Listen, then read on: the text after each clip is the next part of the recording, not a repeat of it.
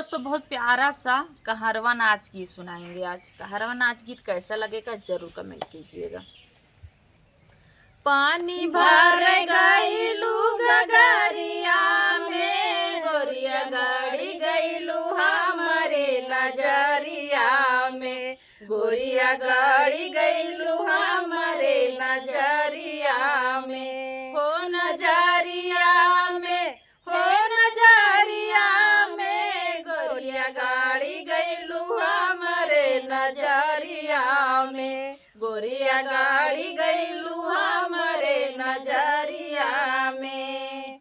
आँख सोहे कजरा हो नाक में नथुनिया, आँख सोहे कजरा हो नाक में नथुनिया, नाक में नथुनिया हो नाक में नथुनिया, आँख सोहे कजरा हो नाक में नथुनिया, छम छम बाजे पाँव के पैजानिया, छम छम बाजे पाँव के पैजानिया, जादू बाटे तोहरे नजरिया, जादू बाटे पतरी कमरिया में, गोरिया गाड़ी गईलू हमारे नजरिया में, गोरिया गाड़ी गईलू हमारे नजरिया में, हो नजरिया में, हो नजरिया में, गोरिया गाड़ी गईलू हमारे नजरिया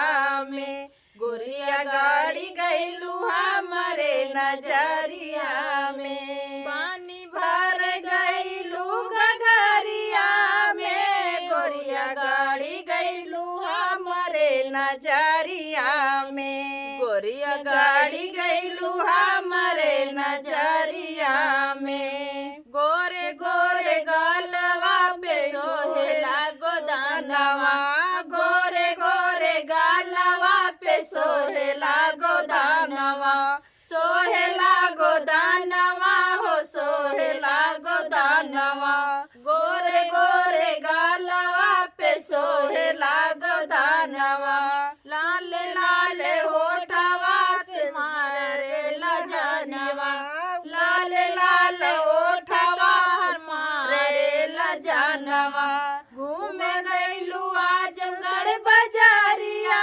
में, गोरिया गाड़ी गईलू हमारे नजरिया में, गोरिया गाड़ी गईलू हमारे नजरिया में, हो नजरिया में, हो नजरिया में, गोरिया गाड़ी गईलू हमारे नजरिया में, गोरिया गाड़ी गईलू हमारे नजरिया में। पानी भर गईलू गगरिया में, गोरिया गाड़ी गईलू हमारे नजरिया में, गोरिया गाड़ी गईलू हमारे नजरिया में।